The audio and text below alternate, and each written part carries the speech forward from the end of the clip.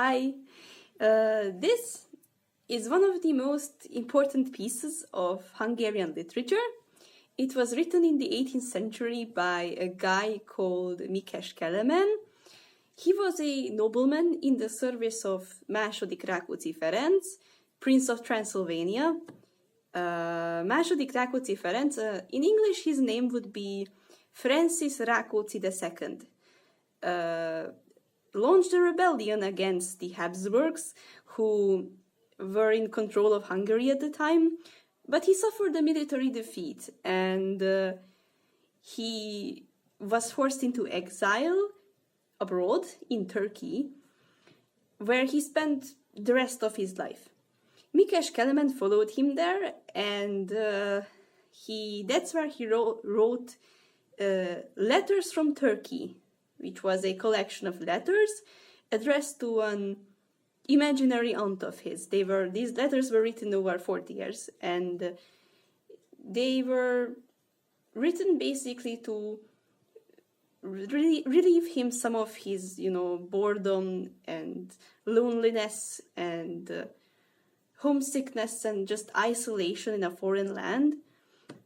They feature various the descriptions of their day-to-day lives in exile, but also local life and customs, Turkish court ceremonies, and various anecdotes. The anecdotes in particular are numerous, and Mikes Kelemen writes them in this in this tone of, I don't know how to express it, but this with this innocent surprisedness, even when the anecdotes themselves contain shocking stuff. It's very, the letters themselves have a tone that is very playful and lively and humorous, and they feature a lot of back and forth between him and his imaginary aunt. He eventually stopped writing these letters when he was given permission to contact his actual family. And later these letters made it back to Hungary, where they were published, and they became very famous. Actually, they are required reading in Hungarian schools. Now,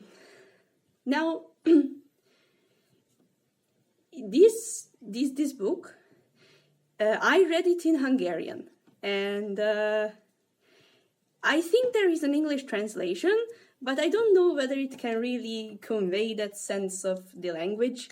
This book is from the 18th century. It's written in 18th century Hungarian, and so it has a flavor to it.